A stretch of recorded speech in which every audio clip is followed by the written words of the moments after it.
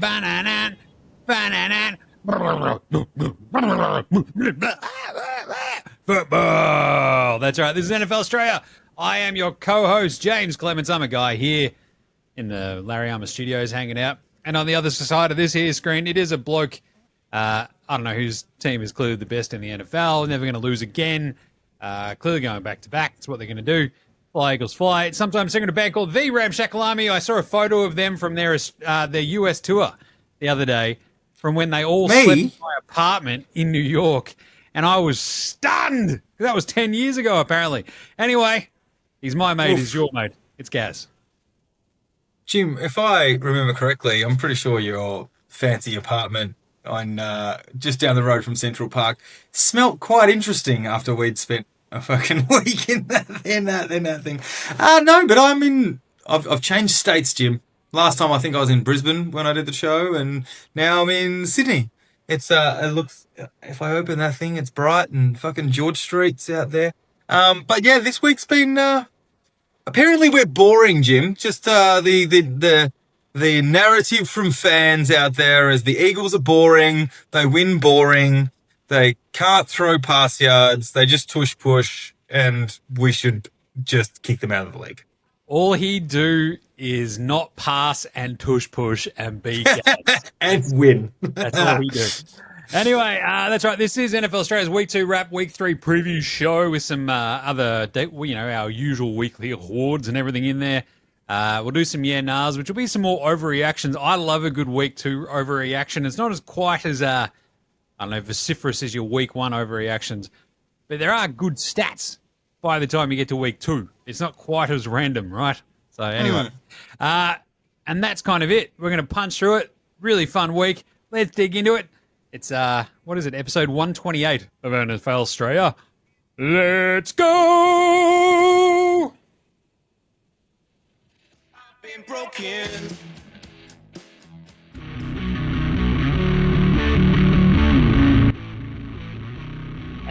2 plus 2 is 4. 4 plus 4 is 8.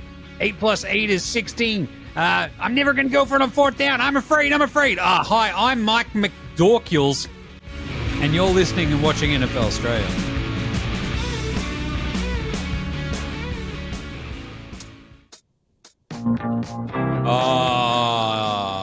You can't lose and be the coach of a shit team and wear the glasses that Mike McDaniels wears. That's your biggest problem? Right. Is the glasses. You have to at least wear socks. He's a big no socks kind of dude. Like, my pants are too short. You can see my ankles the entire time, and he's got those fucking glasses. Mike McDaniels, what are you doing?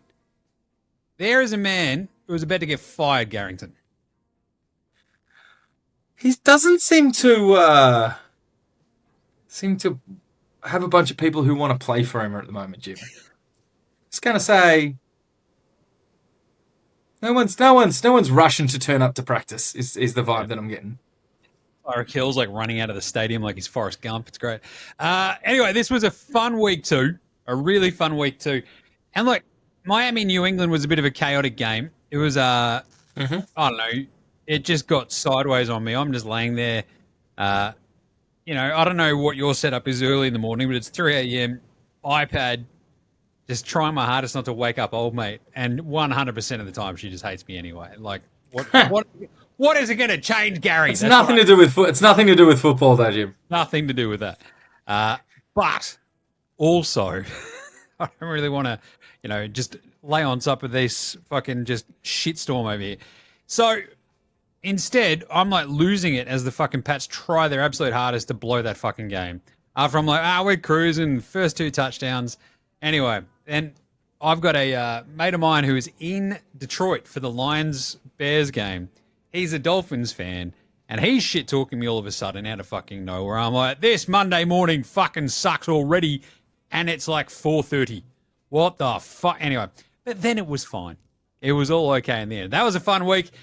We had 9 insane games early. Like, having 9 games early in that early window is fucking stupid. Mm-hmm. Especially when we've got 2 games on the Monday night slate. Like, what are we doing here? It's because it meant there was only 3 in that late afternoon spot. because I obviously wanted to clear it out for your beloved Eagles and the Chiefs in a Super Bowl rematch. It's like, sure. Like, why? 6:30, like in the middle of the... don't get me wrong. That's their primetime shit as well, right? But it's not Sunday night football, so... I got to get most of the game out of the way before my Monday morning meeting started, so that was fine. I was only half distracted during fucking what would normally be a fucking wasted Monday morning, but it was a weird rostering. Week two, I just don't get it. Just a lot going on, and 7 of the 12 Sunday games were decided by a touchdown or less, basically, which is pretty crazy. 3 had come from behind wins in the last 2 minutes of either regulation or overtime, which is pretty nuts. But yeah, it was a pretty crazy week. So you've got those 7 games decided by 7 points or less. The Soupy rematch between your shit annoying team that everyone hates now. A Cowboys-Giants classic when no one expected. It's like the first time... Classic? The first time that... It's like, what the fuck was that? Dallas, New York, it's the first time they've not played in like a standalone time slot in a million years, basically, right? And then they go, check this out. It's actually going to be awesome. Josh Allen got his nose rearranged like a couple of weeks after getting married, which is pretty funny. We got more dildos thrown on the field, one of which was mistaken for a flag. Which was incredible. I still just... Like, I feel like there's a volume of dildos that's too much. Like in every facet of life. That's just one of my standalone rules as a person. The Pats got to win. What is the volume at which too many? Where does it become too many dildos, Jim? I think once you get past 2, it's getting a bit messy. You know? 2? So 2. We had 3, I think, on this. Are they concurrent? Are they concurrent dildos or just like in sequence? It's whatever you're into, right? But 3 across this weekend was a bit much. And the craziest thing about all of this, I think, is that Indy have become the first team in the Super Bowl era to not punt in their first 2 games of a season. There you go. Indiana Jones. He's got those Colts firing. So we'll wrap all those up in a second. In terms of other news, like most of it's injury related. So the other one is Dallas signed Jadeveon Clowney. Sure. I think Daron Bland is probably more important to their team right now, right? They just got lit the fuck up by the Giants and Rusty Wilson, who still might get benched after how shit he was, but put up a million points. The big ones, though. Should we do it? It's injuries. What do we say here on NFL Straya, Gary? It's the first 4 weeks of the season is now the preseason, so this is where all the injuries happen, and they fucking hit like a hammer this week. Joe Burrow, turf toe, which is fuck, because it was like super severe. Has to get surgery, and he's out, 2 to 3 months, basically. So it could essentially be his season done already. Gonna hit on this again quickly in Nars, but yeah, it stinks. Jake Browning time, baby. He threw 3 very quick interceptions and still got a win this week, which is pretty crazy. Jayden Daniels, knee sprain. That's not good. It's very brutal. At least a week or 2. Yep. And, I mean, what else did we have? We had, JJ McCarthy's now got the... Well, he's at least missing time, right? Like, let's be honest. It's the Carson Wentz show now, right? Isn't that what's going on? What's going to go down? I feel like it always was the Carson Wentz show. I can't believe it's cake. It always was. So the Jayden Daniels one is a bit of a crazy one. The knee sprain. Hopefully he's all right. They have like a weird game. Was it the Raiders? I think this week. So I don't know. The JJ McCarthy one sucks. A high ankle sprain. That's probably at least a week or 2, if not more. And we probably should have known that he was going to be shit. Because he had a kid this week. Right? Okay. He's like 12. How's he out there rooting? Like, what is happening? That's just... I don't like this. Anyway. Speaking of which, we also we didn't bust him, but like old mate was... I was like taping some stuff in the studio. She's like, I think there's like people rooting in a car in our laneway. Like, what the fuck? I'm like... She's like, do you want to go look? I'm like, no, not at all. I'm not gonna lie. I'll probably Cash and I definitely would have gone. I was like, should I get the hose? Get the fuck out of here, little bastard. Anyway, she's like, yeah, I don't know. Just I saw them drive. I'm like, she'd taken off and came back, and like The dude looked very happy with himself. I'm like, well, he fucking should be. He just did some public rooting. Like, the weirdest part is, Stoked with himself. I mean, our laneway is not exactly like inaccessible. It's literally off just a mainish street. So it was fucking weird. Anyway, so Jayden McCarthy's got a kid and also now a busted ankle. Justin Fields is in the concussion protocol. So bad week to be a QB whose name starts with J. Joe Burrow, Jayden Daniels, JJ McCarthy, Justin Fields. Brutal. Jalen Johnson, we're going to continue with the Jays. He's got a groin problem now, which stinks for him. Kyle Van Noy did a hammy. Aaron Jones has done a hammy, seemingly. Panthers guard Bobby Hunt, brother of Mike, torn biceps, not good. I think someone also tore a triceps today. Crazy. And was it Cooper Beebe from Dallas? He's out for 6 to 8 weeks as well for more. That's not good. I mean, Dallas is like, at least our guards are okay. It's like, are they? Shit. So there's also more that I think popped off today. I think Tampa Bay lost some dudes as well.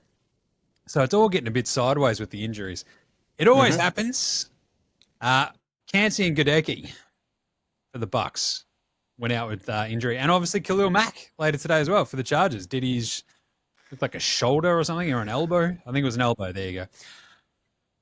Bit going on there, Gary. A bit going on there. There's a bit, mate. There's a bit. The QB ones annoy me as well because like suddenly you really get to the dregs really quickly. Joe Flacco got benched halfway through that, towards the end of that game as well. So we got our first look at Dylan Gabriel. I think we even got our first look at Jackson Dart quickly as they sort of sat like 2 plays, a play or two, and it was weird. It didn't make sense. If you've got we'll get into the game wrap of the individual matchups, but if you're the whole quarterback thing, like the first week, I don't want to dive too far into fantasy right now, but a lot of wide receiver, like top flight wide receiver owners were already struggling after week 1 going, oh my God, what the fuck's going on here? Now, if you're like a Chase owner or you're a Justin Jefferson owner, you're like, oh, what the fuck is my season done? Is that a thing? Am I done in week 2? Maybe. Right? It's possible. Anyway, all right, let's do some game wraps. Game wraps from week 2. Washington 18, Green Bay 27. Remember this? It felt like a million years ago. It does feel like a million years ago. And it felt like, I don't know, the commies were never kind of in this game, right? Like, it felt like Green Bay just kicked the shit out of them. So, anyway. Yeah, 11 points. What was it? 14-3 at the end of the third quarter. Didn't really feel much in it. That defense is pretty bloody good. Jordan Love, nearly 300 yards, couple of tutties, no turnovers. So like you kind of, I don't know. This Jordan Reed back at 10 as well, right? I think Reed was out there for like a second and then came off. My favorite moment of this game was having bet heavily on Tucker Kraft when he ripped off that one big massive catch. And he also had a touchdown. 125. I was like, fuck yeah. So Tucker Kraft had a big day. That was an obvious one because I think Washington's defense against tight ends is like historically shit house. So that was good. Yep. But otherwise, Green Bay were just like, yeah, we're like one of the 3 best teams in the NFL. Fuck off. And everyone's like, shit. Yeah, I think you might be. Which is like it was a 12 QB hits on top of the 4 sacks, 12 QB hits, which is just like, yeah, that's not great. Nah. If you're Jayden Daniels, yeah. It's also a great spot to be. Like Thursday Night Football tends to have like these, the matchups have gotten a lot better in like, I want to say the last 3 years, right? Like they've sort of like progressively gotten better as Amazon Prime have gone, hey, we're paying a fuck ton of money. Don't fuck us. Give us good game, you dickheads. And now we get some pretty good ones like this. It also is like a great spot if you're a team like Green Bay where everyone just spends the next 3 days blowing smoke up your ass. Yeah. Talking about how great you are because you've taken care of it like another wannabe contender. Meanwhile, Washington is sitting going, oh, God, are we any good? And like it feels like the world is falling down for them. They're like 1-1. Like it's okay. Like they look fine. Prior. But then the Jayden Daniels news sort of comes out very late in the piece and it's like, Jesus Christ, mate. This is not great. Anyway, but Green Bay, they're good. Sunday, Cleveland up against Baltimore. This is Joe Flacco playing up against his old team for the first time, I think, in Baltimore. He's also beaten 30 NFL teams. and there's only a few folks who have beaten like 32. And I think that was kind of cool that like Joe Flacco didn't become one of those guys. Yeah. Should be the line of demarcation, I reckon. Anyway, this is close a little bit early. And you're kind of like, oh, God, like you're sweating the, I think, what was it, Baltimore 11.5-point favorites going into this one. We'd both taken Baltimore, and you're like, oh, shit. And then it just... It's a lot of points. It just was not a concern. But it was like, they still couldn't quite run the ball against that Cleveland defense. It felt like Lamar... That's weird. Looked a bit fucking, I don't know, just a little bit strange. But they've scored 81 points in 2 weeks, guys. Like, who fucking cares at this point, right? Like, 41 and 40 points. It's still pretty weird when you've got Desert Henry and Lamar Jackson and you had the number 1 running game in the league last year and you walk away with 45 combined yards, Jim.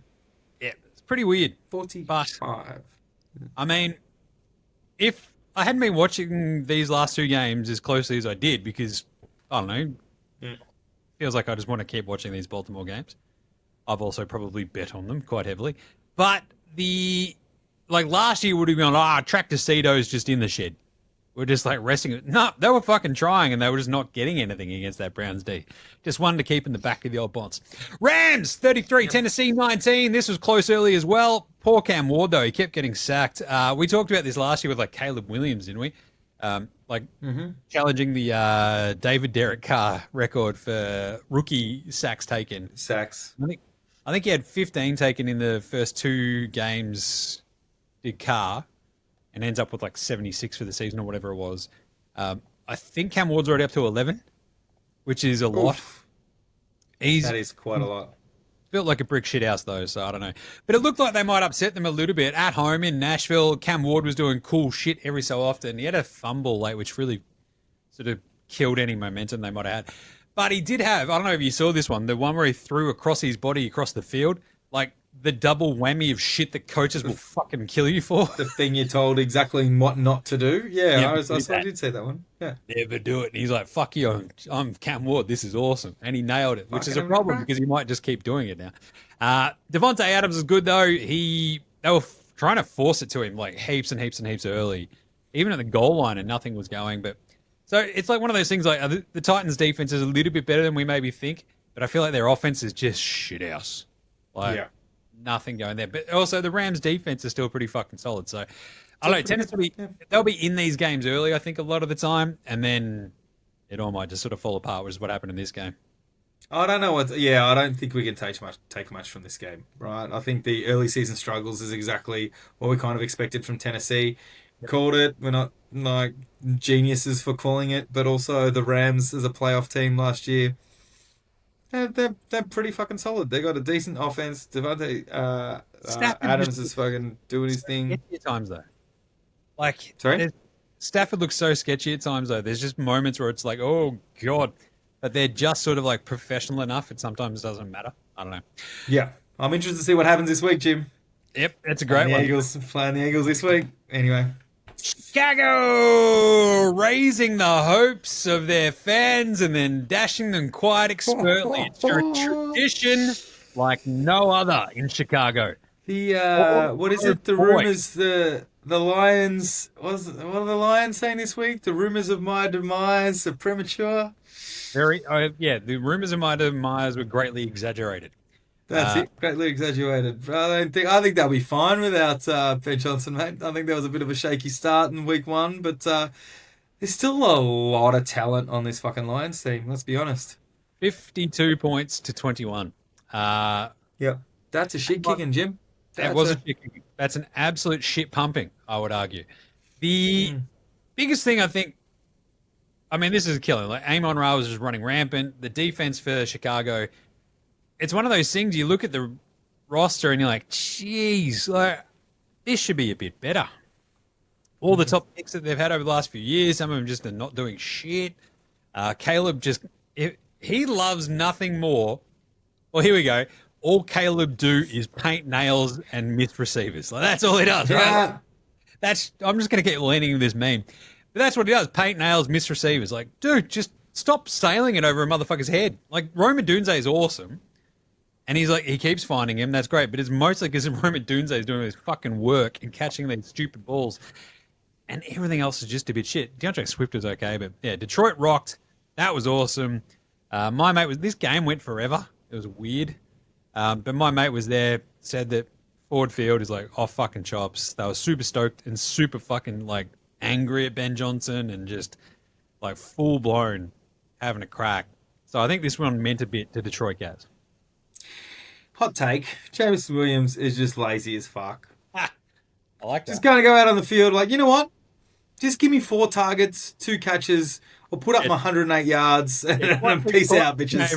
Like, what the fuck? 2 receptions, 108 yards, and a tutty. Like, come on, man. He's so good. So yeah, like as we mentioned it, as you said, right? Like the rumors of their demise is greatly exaggerated because maybe Green Bay's just really fucking good, right? Yeah. They fucking did a number on them last week. You get it. Goff had 334 yards and 5 touchdowns. Where did they play this game? I was inside. There you go. Jared Goff. There he goes. Giants, Dallas, 37-40. This game was psycho. Goes to overtime because Brandon Aubrey is a fucking weapon. Don't want to waste his time. 6 lead changes in the fourth quarter, I think it was. Most lead changes. At this point of the morning, the baby squid had come into the bedroom and was like, "Dad, what are you doing?" I'm like, "Fuck off." Just go to bed. Get out of here. I don't swear at my kids. Just want that to be very clear. But Aubrey wins this off his leg. The throws to neighbors from Rusty were incredible. And they just sort of went back and forth down the stretch, just whopping the fucking lead. And then they tie it up. They go to overtime. And the overtime goes to the very fucking end until we get a time running out, game-winning field goal from Aubrey. The 64-yarder was absolutely off its fucking head, though. Like, he looks so clean kicking the ball that it's ridiculous. Yeah, it looked like he was chipping it from 35. Like Jake Elliott. I hate it. The fact that Jake Elliott puts his entire fucking body to kick it 50 yards, and Aubrey's like waking up, rolling out of bed, and booting 64. Right? It's crazy. Whatever. Yeah. It was. Look, don't you? It was. I think the biggest concern, Dallas just has to be relieved that they escaped with this one. The fact that you're taking on an offense that stunk up so much last week in what the Giants did, and Rusty was cooked and everyone had written him off.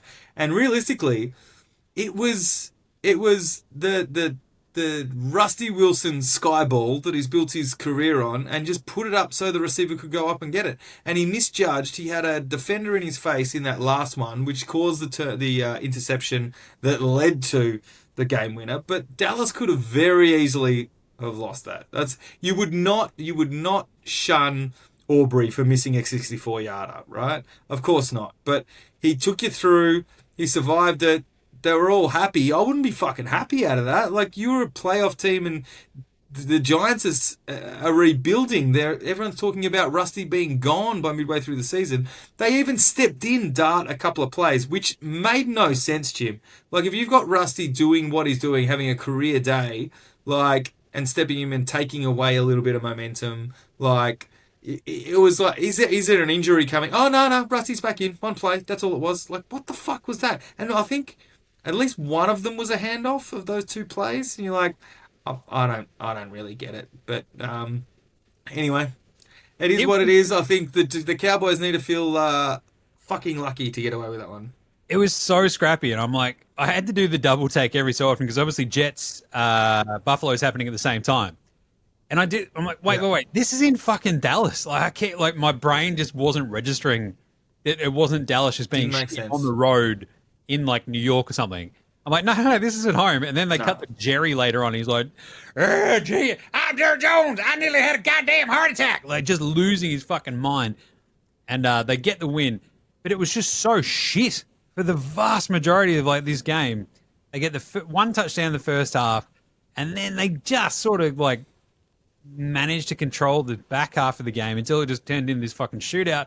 They were so lucky to win this game. It was awesome. Don't get me wrong. It was fun to watch as a neutral fan, right? Like I ended up starting, like, it was halfway through the first quarter of the Eagles Chiefs game, right? Like I put off watching starting that because I'm like, no, I don't want to do this shit on Red Zone. I want to watch whatever the fuck happens in this chaos of this Cowboys Giants game because it was fun to watch as a neutral fan. But if I was the Giants, who have now lost, I may get this number wrong, but I'm pretty sure it's 8 divisional games in a row, and the Dak has not lost. I can't remember that. It's some ridiculous amount of games in a row that Dak hasn't lost to the Giants.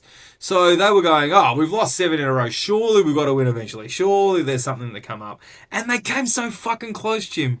It was just those things that they just couldn't quite get out of their own way. And you're like, you know what? They had a fucking chance here. But then the Dallas has to be very, very fucking thankful. But if you've got someone who could barely put up anything last week, and then you've traded away Micah Parsons, and then Rusty Pensioner Wilson comes out and puts up, what did he do? 385 or something? So Yeah, no, like, it was fucking way more than that. 450. Sorry, 450, 3 touchdowns and interception. And that interception came in the right at the fucking end. You're like, oh, sorry, and just a sneaky 23 rushing yards to go on top of it. So 470 yards. This guy who everyone was like, he's got nothing left, get rid of him last week.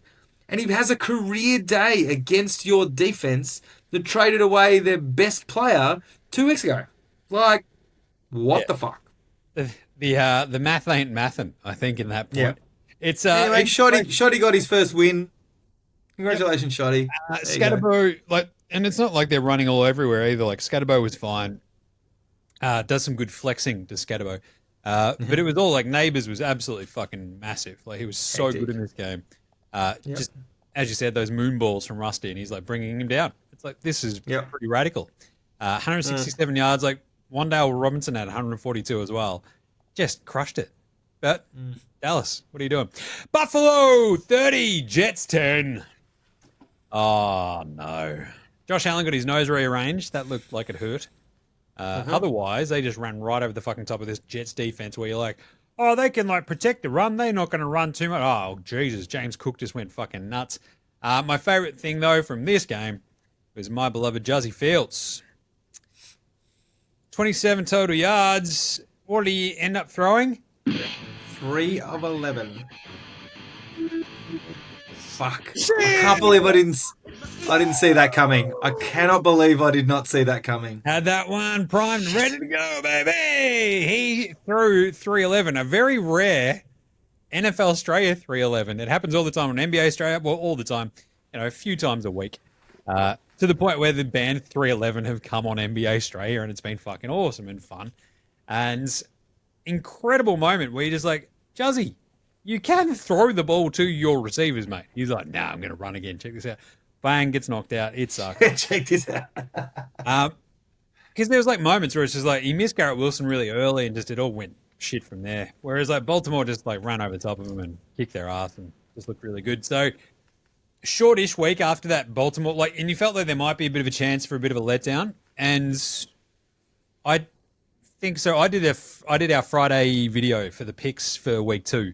And I had changed from I think Jacksonville to Cincy and from Tampa Bay to Houston.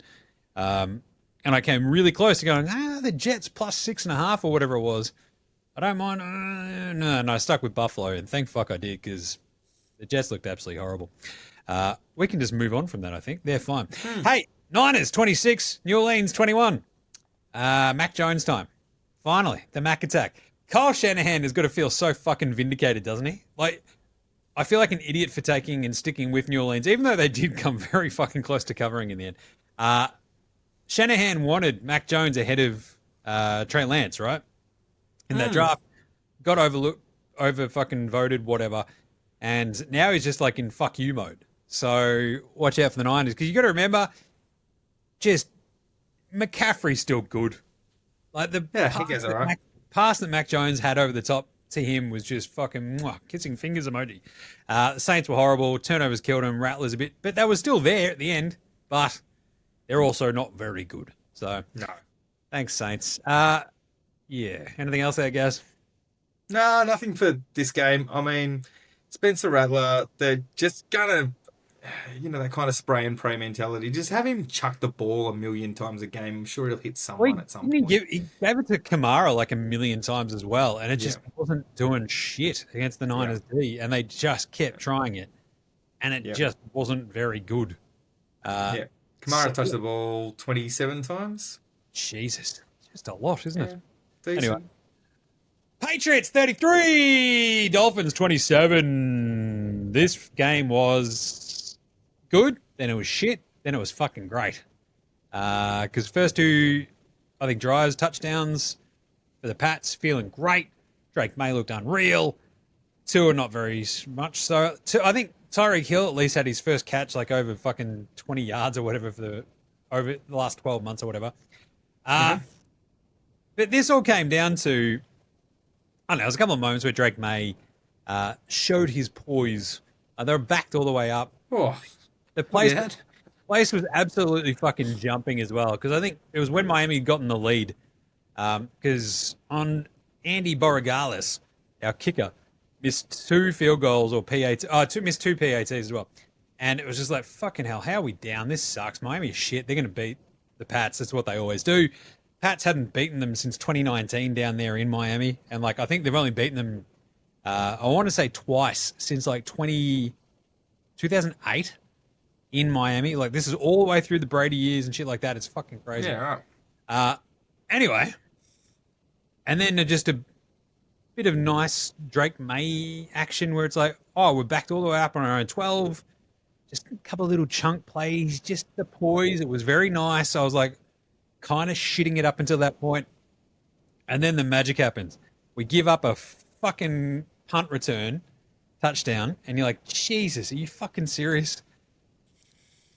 And then we responded with a kickoff return touchdown. That's fucking bizarre. It was I lost it was my- Antonio Gibson or something like that, wasn't it? Yeah, so And he's I'm like, like, isn't he past it? How is he returning kickoffs? it's because I don't know. I don't think Vrabel really trusts Trevion Henderson too much right now. Right. But Ramondre, Antonio Gibson, and Trevion, kind of like, the three-headed hydra of the Pats backfield. And Gibson was just up the fucking sideline. Vrabel sprinting along with him as well. It was incredible. And then the way they salted away this game, they get another field goal at the end of this. They save basically the possession on like a third and long. Ramondre gets it. Great pass from Drake May. They get the field goal after that to go up 6. And I'm like, 6 isn't 7. I don't like this. This is fucked. We're going to still lose somehow. And then the defense actually stopped Tua in that last drive. A couple of like shitty penalties. Like the Dolphins and the Pats, the penalties are fucking just brutal to watch. Like both these teams are just I don't know, shitty and Clunky. pretty tough to watch. But anyway, Milton Williams paid him all that money, finishes off the fucking game with a sack. It was unreal. So thank fuck they won that game, Gaz. Thank fuck. So I don't mind me some Drake May looking pretty good. They had to win this game to like have any sort of sense of positivity, I think, for the next couple of weeks. We're not talking fucking. We're not really even We're not talking talking playoffs. Just don't be shit out. Like, don't ruin my fucking good. Monday every week. Like, that's all I ask. Yeah. Whereas last year, they just ruined, like, I just did not fucking care by the end of it. I'm just like, I don't want to watch the Pats. I want to watch the Pats and them not fucking just suck the life out of me. Anyway, good job there. Jacksonville, Cincinnati, 27-31. The Bengals, huge win. Jake Browning just leads the way after 3 interceptions where you're like, oh my, hey, have you ever seen a man like implode live on TV? It's like, yes, once. The Burrow injury was just sad, because it is. And they were looking pretty good up to that point, but their defense is still shit. So this game was really fun. Like, it's just fucking back and forth. When he went out, I was like, no chance. There's no chance. And like the 3 interceptions from Browning weren't helping, right? But the Jags just couldn't take advantage of it. It's just, they jagged it up. This is what the Jags do. Yeah. They jag you every fucking time. Brian Thomas Jr. is like giving up on routes. Travis Hunter like is limping off as well at some point. And they still nearly won it. And since he pulled it out of their ass, it was a crazy way to win this game, Cincinnati, just to hold on with Browning down the stretch. Fuck you, Jacksonville, is basically where I land And somehow, at the end of this, the Bengals are 2-0. Yep. Like the worst starting team in the league. Well, outside the Giants, who hadn't scored a touchdown in fucking, the Dayball era. Yeah, like you just fuck. All right, that's done. We're done. Wrap it up, boys. We're going home. And to have two touchdowns and 3 interceptions and still walk away with a win as your backup quarterback, it's not gonna lie, it's pretty fucking impressive, Jim. Yeah, it's crazy. Like, so Browning gets in as they sort of do a snake at the end and they go back up. And I just don't know what to make of this Jags team ever. Like, Trevor Lawrence, I'm going to talk about him and, Nars again anyway, but it just annoys me. I mean, the defensive stat line for this team, 3 sacks, 6 tackles for loss, 11 passes defense, Jim. Like, I think that says a fair bit about Browning. And 9 quarterback hits. So he's under duress pretty much the whole fucking game. And still managed to eke it out, putting up, 21 to 10 in the second half he put up. Like Chase and Higgins are sort of still there doing their thing. Chase Brown's not too bad. But Trayvon Walker was really the most forgotten fucking number 1 pick since Cam Ward, basically, right? Like, he was out there just like deflecting passes at the fucking line of scrimmage and just like crazy shit. He was really good. And they just can't fucking pull these games out. Anyway, Seattle rolled over Pittsburgh 31-17. Hate to see that, don't you? Aaron Rodgers under fire. Jeez, I don't know. Steelers did look solid at times. This is their second week. Their defense has given up over 30 points. I'm going to talk about that again in a second. But turnovers, weird fuck-ups. The Caleb Johnson just fuck up in the end zone. The muff punt thing, like, it was crazy. It's like, what the fuck are you doing? And Seattle were able to run on them and throw on them. If you have that combination, Gaz, you'll probably win the game. And they did. So, Rodgers, Sam Darnold still had the 2 turnovers, but Sam Darnold nearly putting up 300 on you when he looked like he was staring at ghosts for the last 4 weeks going back to the playoffs last year. Not gonna, just a slight observation on whether you should bet on who Gaz has in his fantasy team at the moment. Last week, Aaron Rodgers rode my bench and had Rusty in when Rusty couldn't throw a fucking thing, and Aaron Rodgers went fucking off. And then I swapped him around this week, Jim. Guess what happened? Aaron Rodgers stunk it up, and Rusty went off his fucking head. So, here you go. Kenny Gainwell. I mean, they paid some money from Kenny Gainwell, get him over as a free agent. Hasn't really done too much. I think they need to find an identity in that rushing game. There's the Steelers. I think that'd definitely fucking help. And even DK only put up 20 yards for Aaron Rodgers, and you got Jonnu Smith and Pat Frymouth and your running back as your top 3 receivers. I mean, that's not Aaron Rodgers style quarterback play, right? It was wild. It was weird. Great uniform matchup. Thank you, Seattle. Good win. Yeah. Denver. Fuck this one. They lose 29 to the Colts. It was crazy. Seriously. Imagine having nailed a bunch of your picks early in the day and you had a big multi riding on Denver to win by 2.5 points, and then they fuck it.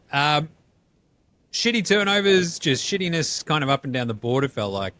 And then the story is obviously at the end. So Will Lutz misses a field goal, and they still nearly win this game anyway because the defense holds them to a 60-yard field goal attempt to win the game. The Colts miss.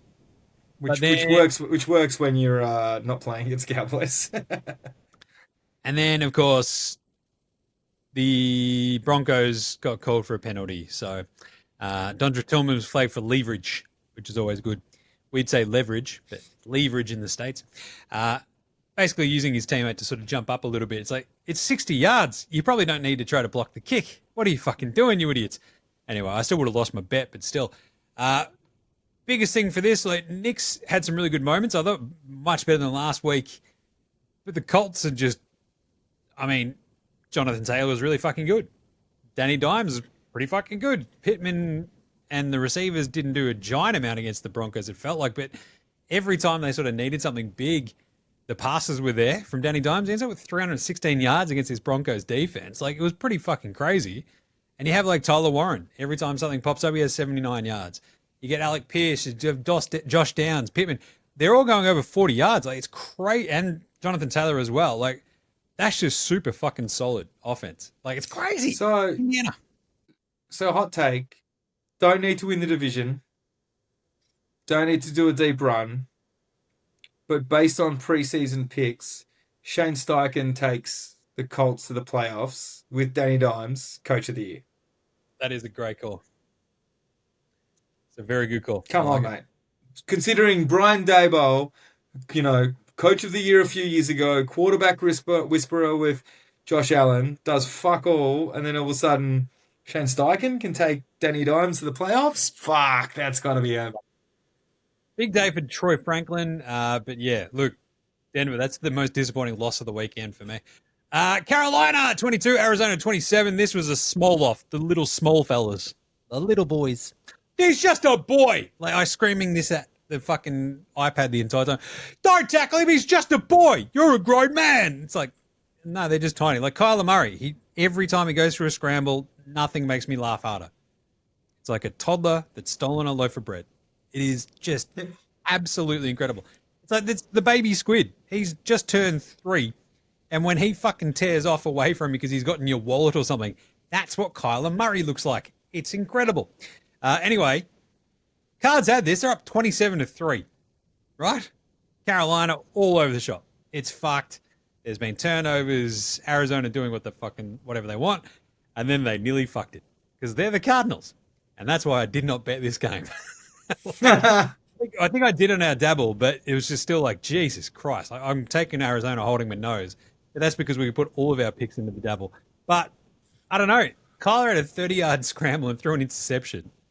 Fucking Carolina score and then recover the onside kick and have a chance to fucking win this with less than 2 minutes to go. It was absolutely insane. Cardinals are the worst 2-0 team right now in the NFL. Wildly unconvincing, but still 2-0 and have like a fucking cupcake schedule. So I don't know. Cards. Yeah.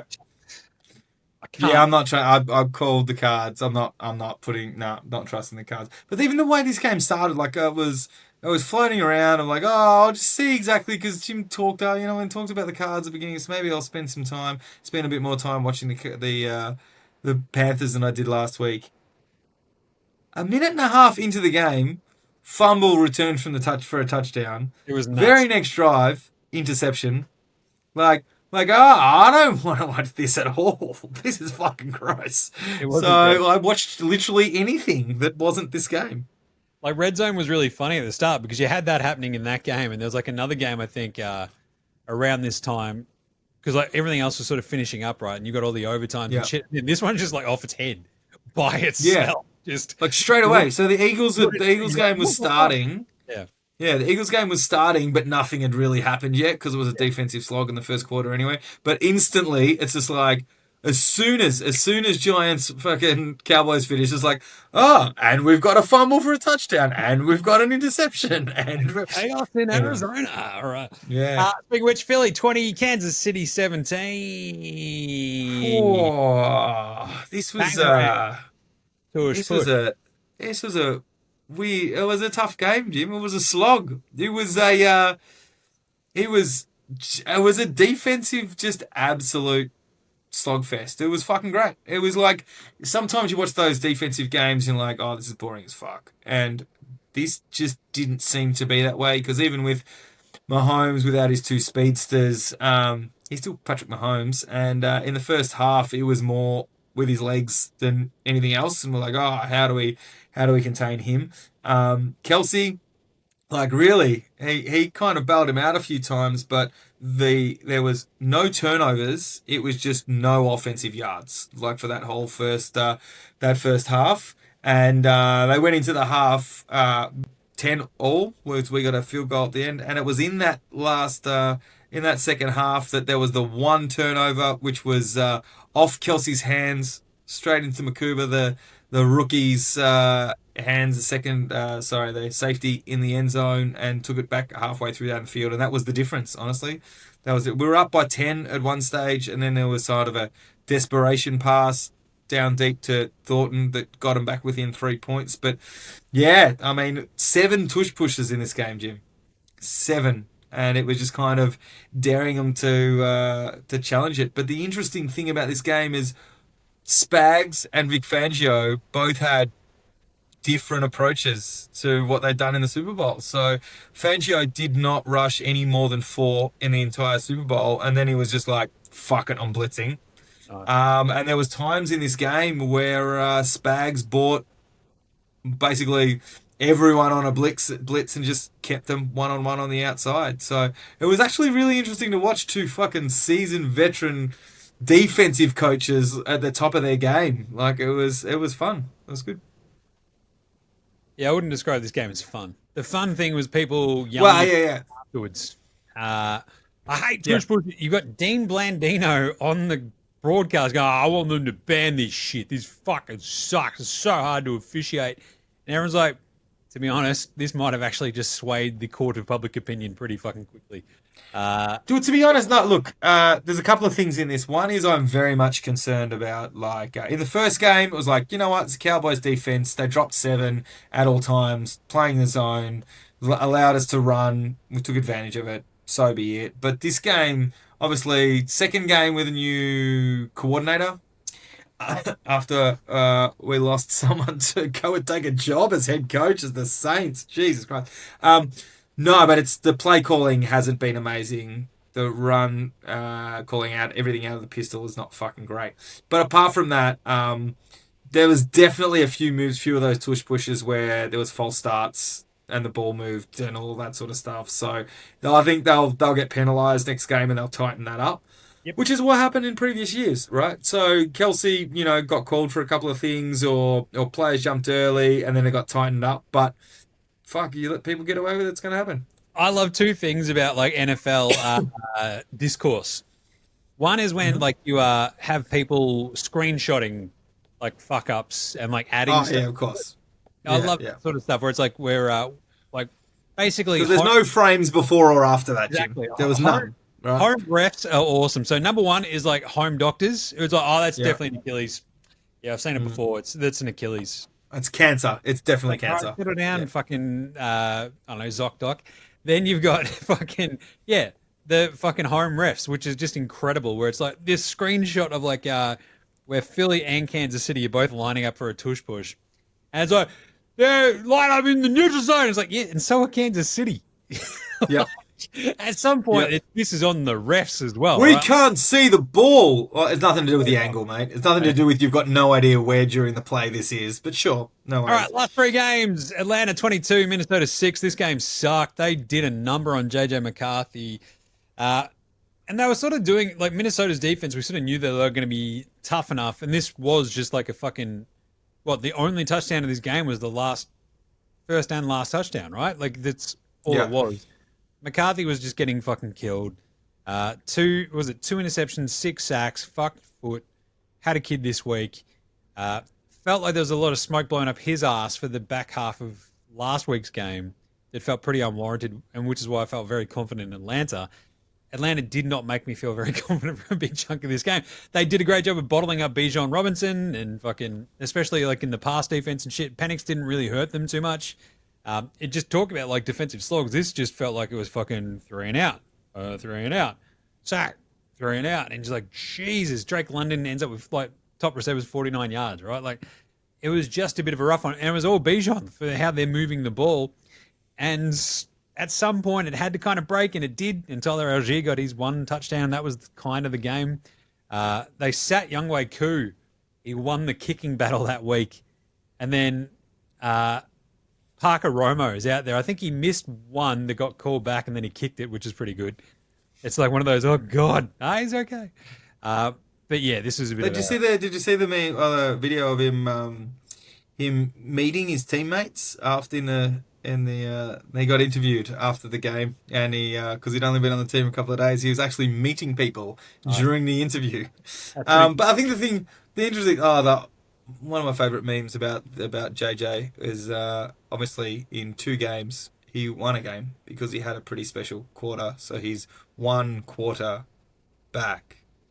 Jim, see, he's a one quarter back. Anyway, but in terms of historically, in the last 15 fucking years, of everything that the Atlanta Falcons have invested in Drake London, Kyle Pitts, Penix, Bijan, fucking all this sort of stuff, these top picks, it's always been on offense, and now their defense has been shit.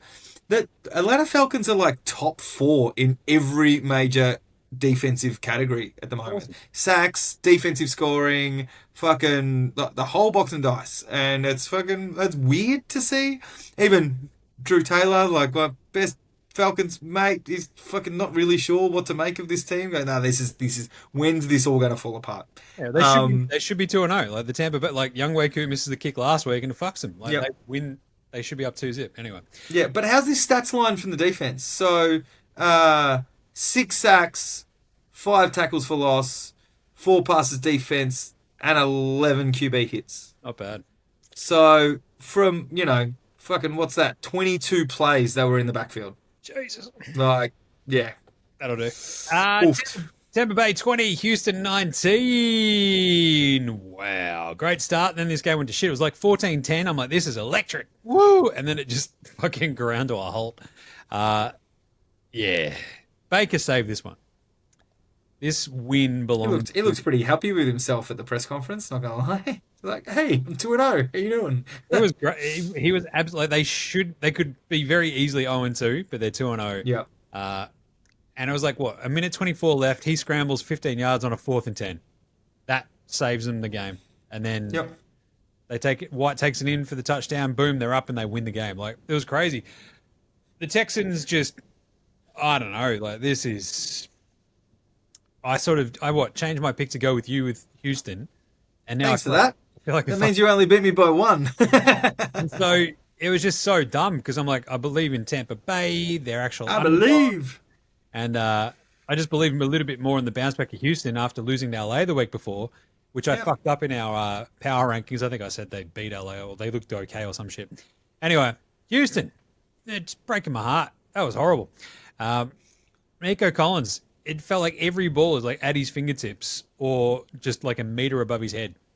Like CJ Stroud, talk about the fucking dude with all the hype last year that has like been wildly underwhelming since. It's him. Like, it's crazy. Anyway, final game, Chargers 20, Raiders 9. This game was brutal. Chargers are awesome. Well, that's kind of it, right? Defensively, after the job they did on the Chiefs last week, 3 field goals to the Raiders. That was it. It was just chaos. Herb's looking a little bit too old Herbie for my liking at times. But had enough there going. That was pretty good. Him being able to rely on Keenan Allen is like a cheat code. Like Lad McConkey in his giant fucking helmet, that's all well and good. Quentin Johnson has learned how to catch, which is huge. Yeah. So he's like catching these long bombs. Amarian Hampton got fucking sat down because he fumbled late and gave the Raiders a sniff. And then it was all old one-eye Najee Harris. And then it was fine. Like, they were fine. Their defense is just that good. But now they've lost Khalil Mack. Who knows what's going to happen there? Geno started with an interception on the first play. Finished the half with an interception and then had another one at the end. Geez, you'd fucking hate to have him in fucking Supercoach as you started QB in your draft league, wouldn't you? Jesus. So, mate, I'm on the road in Sydney, out in meetings all day, only watching the score tracker, didn't watch any of this. But all the headlines are about fucking Geno. And Geno is going to sling yards for you, so anytime he's only ends up with a 180, problems. But here's a stat line for their defense that I've not really seen very often, Jim. There was 15 passes defensed. Well, that's like every time. That's a lot. That's some decent coverage or some really bad passing. It was like a weird. Both coaches, right? You got Harbaugh up against Pete Carroll in 2 new places, which is kind of weird. Kind of met each other before. Bit of a throwback. Don't mind this. Yeah. And just some of the coaching decisions was really fucking weird. Like a lot of sort of like, it's 4th and 2, we'll kick a field goal. And now it's like, it's 4th and fucking 5, we're going to go for it. It's like, what are you doing? Amarian Hampton's getting stuffed in the backfield on a handoff. Like, how is this happening? Like, what? It was chaos. Raiders beat the Pats last week. Pats looked okay. They should have just put up more of a fight and they could have beaten that Raiders team. Raiders week 1 might be that weird fucking result from the start of a season like we had last year when they beat Baltimore, if you remember that, in like week 3. Yeah. Just a strange one. But anyway, good job by the Chargers, I believe. Right, quickly. Yeah, nah's Gaz. Do Pittsburgh suck? Yeah, nah. I think, yeah, but are we any of us betting against the fact that they're going to finish 8-8 or 9-7? Like, sorry, I don't know. 9-8, as the 8-8 in the old days. 9-8 because they're just going to grind out those few what they need to. Aaron's going to do enough to pat himself on the back, and I don't know. We'll have just as many games like last week as we do like this week. I think the defense, what them allowing 30 points, that's that's not fucking great. First time since 2002 they've allowed 30 or more points in each of their first 2 games of the season. And it's the first time since 2021 they've allowed 30 or more in just consecutive games anytime. So there's a lot of big names on the defense. They just haven't been very good, right? They're allowing, I think, 300. Right. They're allowing 394 yards, and they're getting 269 themselves. Like, it's fucking crazy. So if it weren't for Boswell's 60-yard bomb last week, they're 0-2, and the defense is just shit. Yeah. But instead, they've beaten the Jets after nearly not beating the Jets, and then just gotten fucking like steamrolled by Seattle at home. Like, it's crazy. So I don't know. Indy, are they actually good or fake good? Yeah, nah. I don't know. I like Shane Steichen, but there's something that happens to them every fucking year, right? Like it's either a massive Taylor injury or a Pittman injury, and then all of a sudden they've got a really nice structure, and then something falls apart. So it's the staying power of these guys. You feel like I think we said during the off season, they're like, you know what? You've gone and hired, you've dragged Shane Steichen away from a Super Bowl team, and then you've as the quarterback whisperer, and then you've not given him anyone. Oh, they tried AR-15, but come on. But never really given him that fucking weapon to show his skill, and now he's doing something with Danny Dimes. But can that last an entire season? Let's fucking wait and see. Danny Dimes is 45 of 63 on passes so far this season. He's got 588 yards and 2 touchdown passes. So the two leading passes, Rusty Wilson and Danny Dimes. What the fuck? As we all predicted. But as you said last week, at this stage, the Saints were world killers last year, putting up 45 points a game. Yep. Right? It's going to be a fascinating one this week. Does CJ Stroud just actually suck? Yeah, no. He doesn't suck. But he's not in good form. Let's put it that way. Sure. Does Trevor Lawrence actually suck? And might he actually just get Brian Thomas Jr. killed? Yeah, no. Yeah, I mean, look, this is the last chance we're giving him, right? Since the last chance we gave him last season. And then the last chance we gave him the season before. I think he's got to cut his hair. Okay. Right? You can't have that hair and just not get better. Like, that's the hair of the college champion QB. At some point, you got to go, right, this is not working in the pros. Oof. And no quarterback with long hair has ever won a Super Bowl. There you go. So, anyway, I'll get to Brian Thomas Jr. again in a second. And then finally, are we going to ban the tush push? Yeah, nah. That's only a matter of time. Like, as an Eagles fan, I think I said it last year, and I was surprised that it actually went through to keep it. It's going to come down to viewership and marketability, and people don't stop. But someone else tried it. Was it the Vikings? Someone tried it this year, this week, and it failed. But it fucking works, right? So I'm not saying it's fun to watch, but everyone's with the Eagles games are fucking shit and they're winning boring. And I'm like, sorry, does your team win on their moral high ground?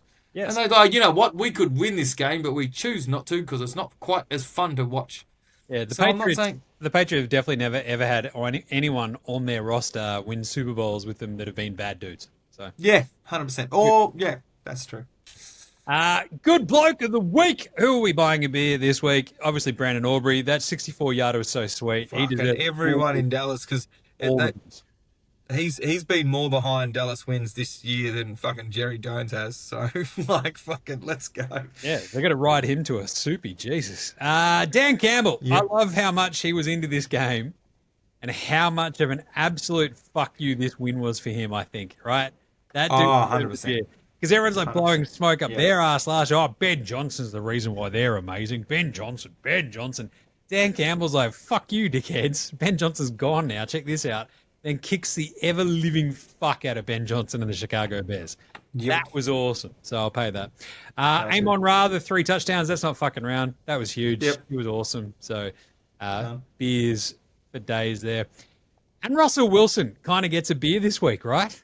Like, Yeah, he has to. for all the shit that He won't drink it. Exactly. He won't drink it. Giant. He'll have a nice cup of tea and go to bed at 8:30. But all the shit that he copped last week from all the chaos New York media, all the national media, deservedly so, because he was shithouse. yeah, he was. That is a hell of a fucking response, right? Like, he was so fucking good. So I'll buy him a beer. Yep. Flog of the week. Oh, mate, no, mate. Brian Thomas Jr. just gave up. That dude just, geez, you'd fucking hate to have him as your last leg in a multi for fucking touchdown scoring, wouldn't you, Gaz? Jesus. Bloke just stopped running routes. It was so fucking infuriating to watch. He like alligator armed a couple of passes where it's like, nope, I don't want to get hit, because Trevor Lawrence is basically trying to get him killed every second pass.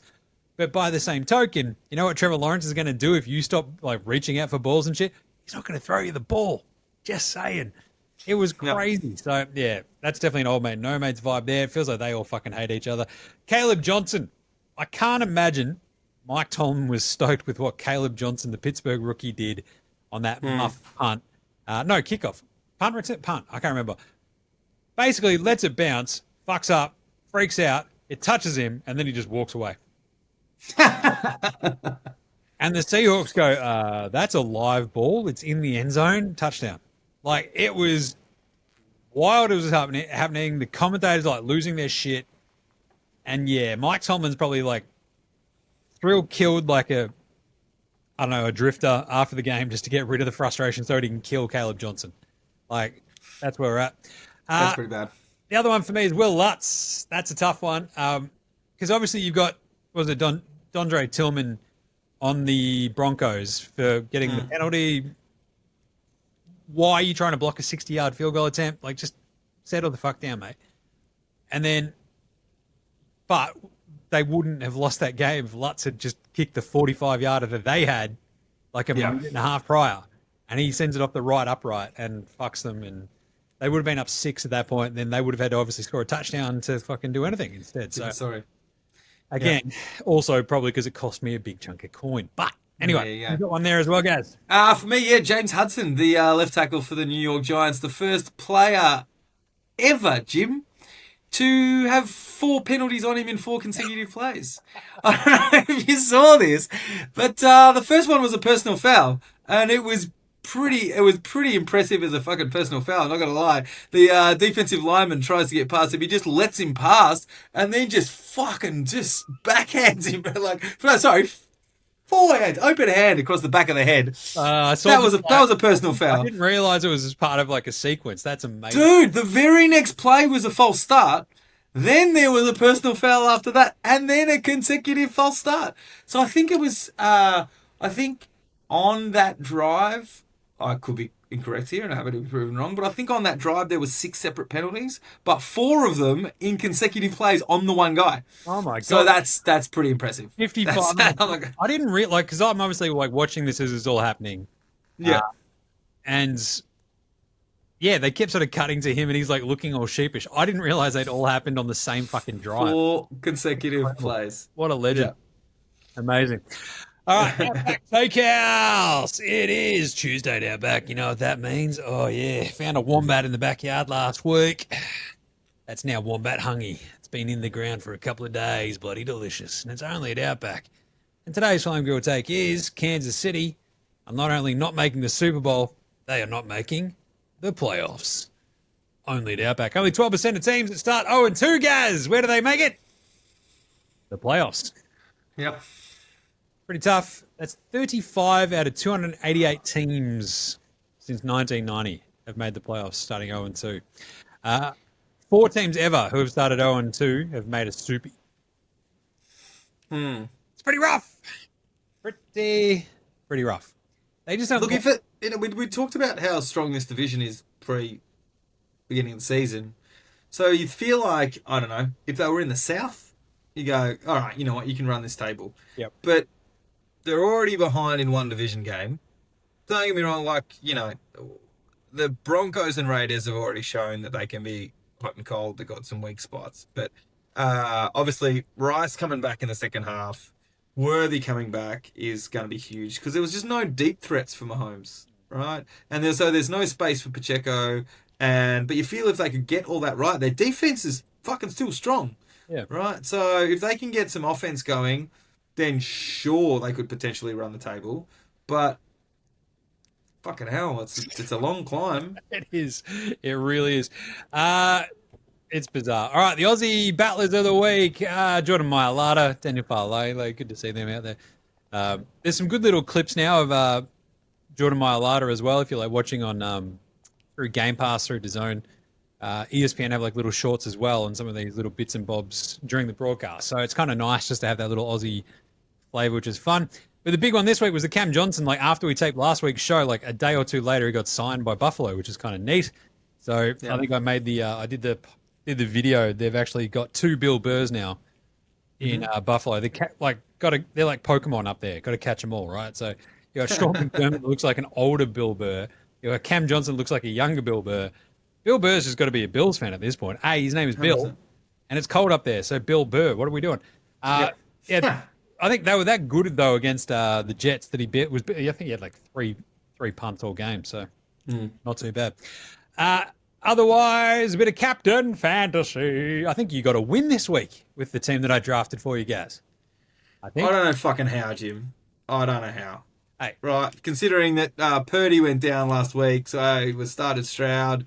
AJ still did not a lot, so I fucking eking shit out here, like, you know, winging a prayer. Hey, one and one is 1-1. Like, come on, that's the same. That is true. The same record I'm on. I managed to get a win over Matty O, which is pretty neat. The actual league itself, the NFL Straya Legends League.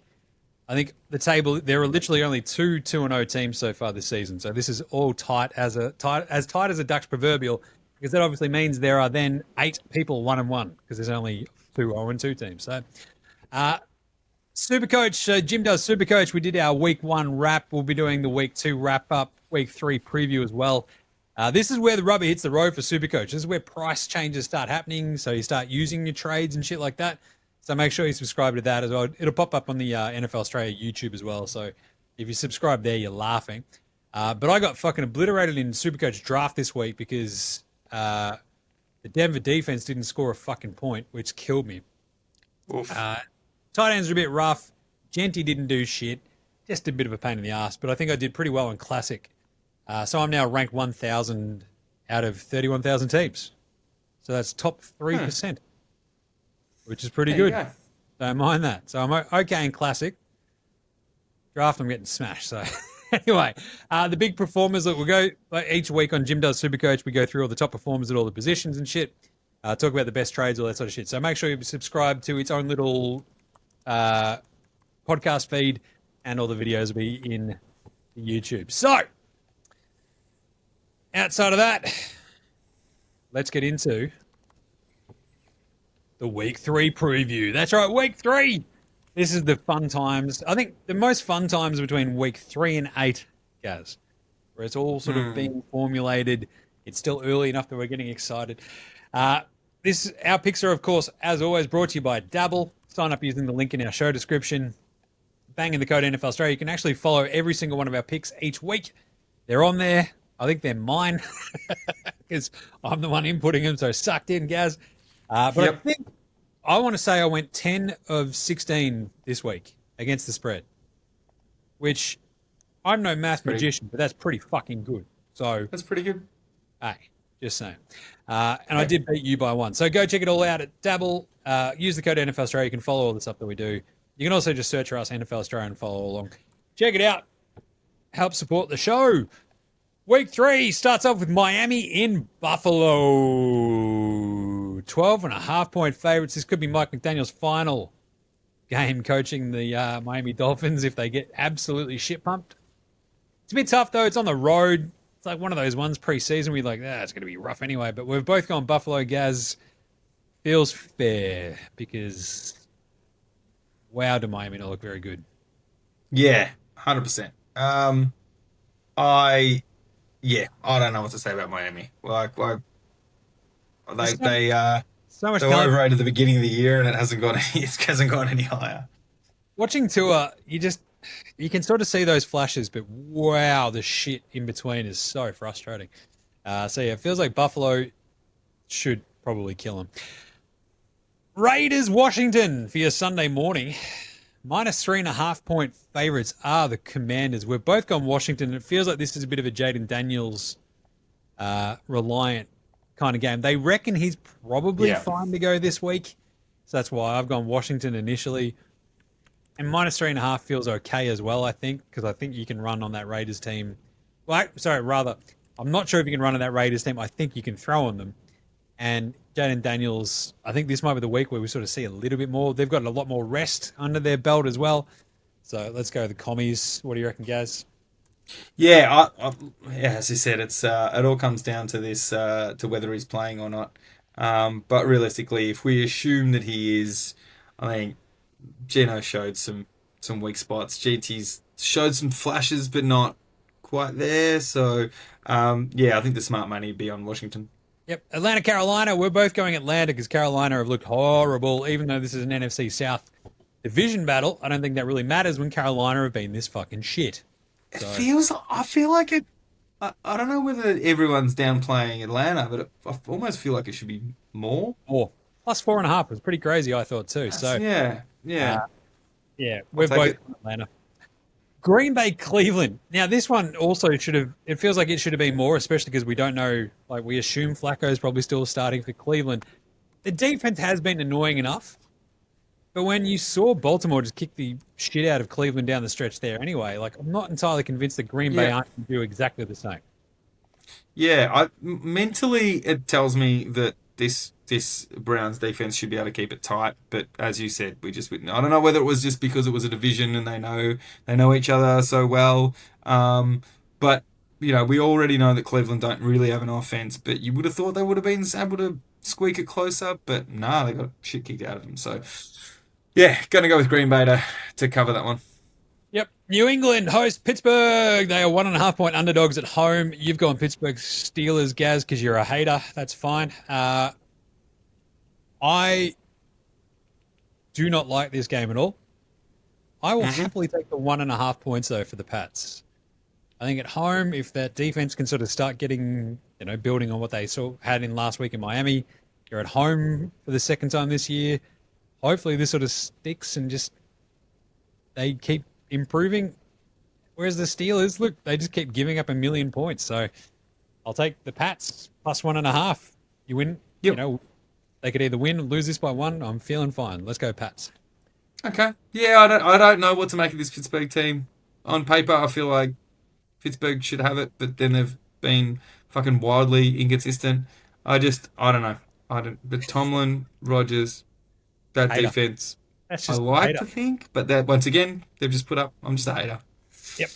Rams at Philly, -3.5. Your Eagles. I've gone the Rams. I think this is a team that plays the Your Eagles really, really tight. I will take the +3.5. I think the Rams can at least stick with Philly for a bit. I think that defense is going to really sort of make your Eagles work. And I think if they can sort of throw on you a little bit between Puka and Devontae Adams, don't mind my chances getting the 3.5. So I'll take the Rams. Yeah. Look, against my better judgment, I'm sticking with the hot hand and sticking with Philly in this one. That, though, all signs of logic based on the way that our offense is played, and that I still do know that we have a weak spot at that secondary cornerback position. My brain is telling me to go with the Rams, but fuck it, stick with Philly. Nice one. I'm still going underdogs. Tennessee +3.5 in Indy at home against Indy. I'm just going to take the home underdog.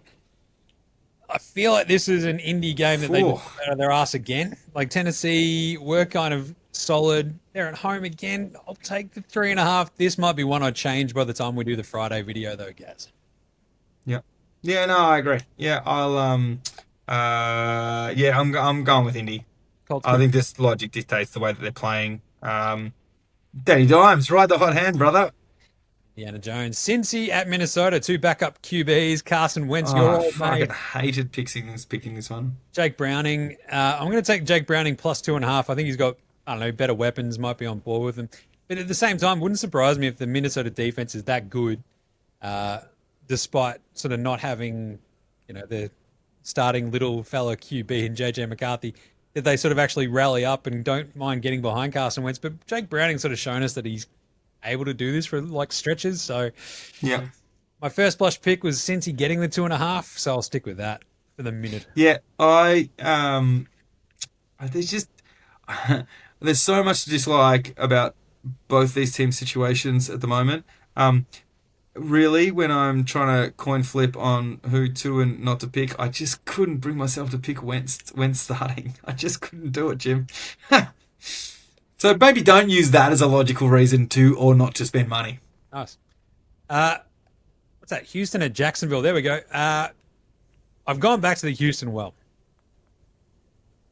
This also may change dramatically by the time we get to Friday and I do the video, because I feel like the reasoning for the believing the Texans this week was like the defense will be fine.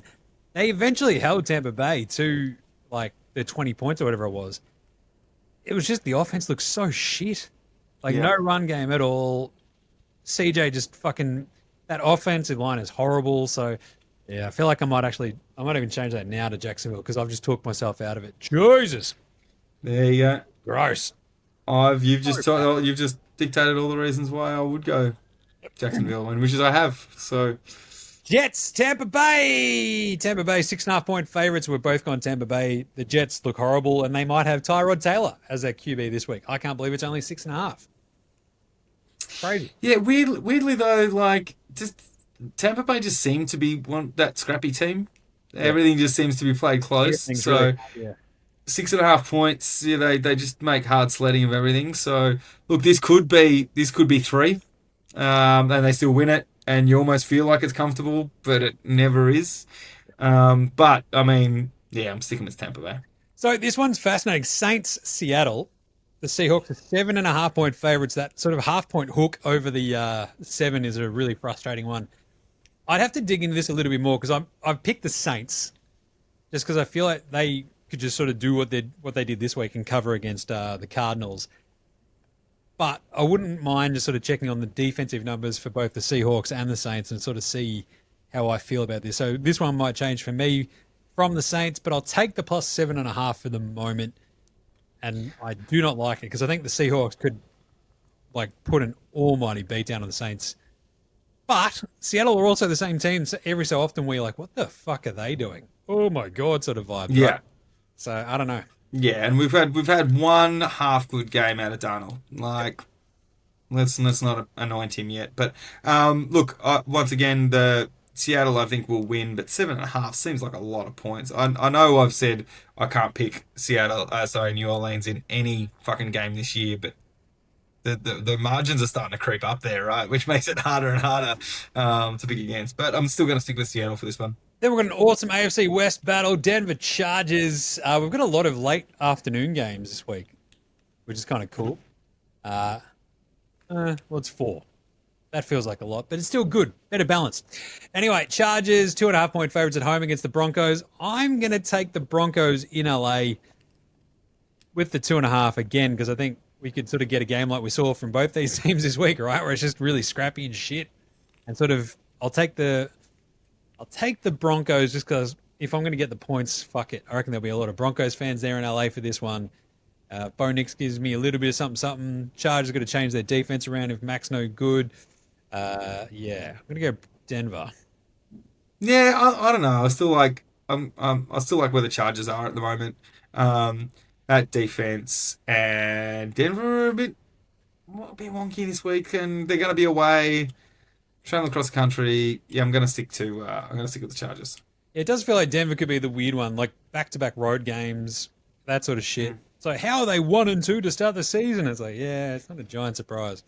Arizona, San Francisco, an NFC West battle. We're both gone the Niners.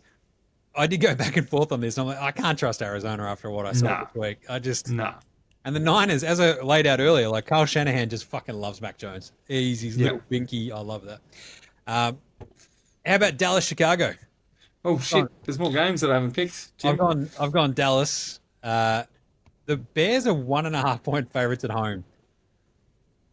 It's so hard to pick this one because it feels like Dallas could really just mess up the Chicago defense, but Chicago might just have like a get right game in them. As we saw the Giants fucking kill Dallas's D. Maybe Chicago look amazing? I don't know. Yeah, I don't know. I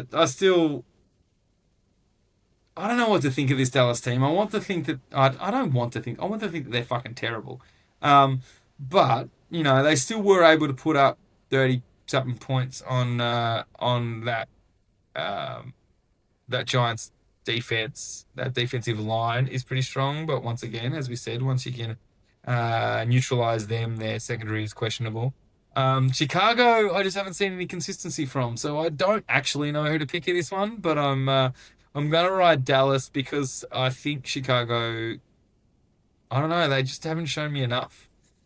Yeah, it's a weird one. This is like a standalone late afternoon game as well. Like, well, not a standalone, but two. Yeah, but this is the 6:25, and Cardinals Niners is 6:25 as well. So you got these sort of two weird games. Oh, it's just a rough one. Hold the nose, go Dallas. Kansas City Giants. We're both gone KC. The Giants are only 5.5 point underdogs at home. I don't think Patrick Mahomes. It's the first time he's lost 3 games in a row since he was a junior in college. Yeah. I don't think he's going to lose 4. No. The one thing I do worry about is the Giants just keeping this one close. The 5.5 may be a bit annoying, but KC might also just blow their fucking. Their defense is I guess in the KC defense is pretty brutal. So I think they won't give Rusty any time to put up moon balls, and that's what we saw in week 1, right? If the pass rush can get through, Rusty holds onto the ball to get the ball up in the air, and he looks old and slow. So if you don't give him enough time, neutralize neighbors, it'll be low scoring, and then KC just have to do enough. Yep. Finally, an awesome Monday Night Football game. Detroit at Baltimore. 5.5 point favorites of the Ravens. We've both gone Detroit. I just like the plus 5.5 here, I think, because I think Baltimore's defense, we've seen them just look a little bit sketchy every so often as well, especially last week when Buffalo went fucking nuclear on them very, very late. So, I don't know, Detroit, a bit of a tough one. It is outside. It is nighttime. I don't know if I trust Jared Goff, but I'll take the plus 5.5. That's the thing that got me. I still think Baltimore's going to win here, but 5.5 is a lot of points for 2 top flight teams. Pretty lot of talent top to bottom on these lists, and 5.5 just seems like a lot of points. So I'm going to give it to Detroit in this one. Cover the spread. All right, there you go. That's all the picks picked for next week. Go follow all those over at Dabble. We'll have all the finalized picks go up, I think, on Friday after I do the final picks video as well, which are fun because they're fun to do and do some shorts and shit like that. So go check them out. Make sure you subscribe across all the spots to actually see them, because that's it for episode 128 of NFL Straya. Make sure you're following on Facey, Twitter, IG, TikTok, YouTube, all the fucking things. Rate and review us on your podcast app as well. Don't make us fight you. We will. We really, like Gaz will. I'm a pretty chill kind of dude. Gaz is like a troppo, mate. Whatever app you use, make sure you rate, star, subscribe, all that shit. Make sure you jump on the YouTube as well. Get around. Jim does Supercoach as well. Those videos pop up on our NFL Straya feed, and it's got its own little, podcast feed as well. Go check all that out. NBA Straya will be back very soon. We've actually, started doing the preseason sort of prep, which is pretty crazy. Gaz, you got any plugs? The other thing, as we've done the last few weeks, cheesesteaktipping.com. Get on that. Get your free cheesesteak. Did you see the fucking first week? No, I missed it. What happened? Jez won. Oh, Of course he did. He wins everything. Of course he did, right? won- So he won Jez from our, yeah. He won our tipping to contest William at the Super Abuse. Bowl party as well, right? There you go. That's amazing. Just I think I told him. gets himself in everything. Anyway, so yeah, get around Gino. If you're in the Preston area, the food truck is now down from Bell Street Macca's. And obviously get along and support the Catfish guys because they look after us during football season, outside football season. Keep us well hydrated. Shit, yeah. Big thanks, obviously, always goes to House Hats as well for the intro and outro song. They rule. But that's it. Good stuff. All right, well, that's week 2 done. Week 3 coming up next week. Keep an eye out for more videos and stuff later this week. We'll do like the Jim Does Supercoach actual show, but then a little bit of prep for your week ahead. We'll do power rankings as well later this week too. That video was very fun this week, first time this year. And then, of course, the Friday picks videos going out too. So make sure you're all across all the YouTube, TikTok, and all that sort of good shit. So either way, we will catch you in a bit, you dickheads. See yous. Later.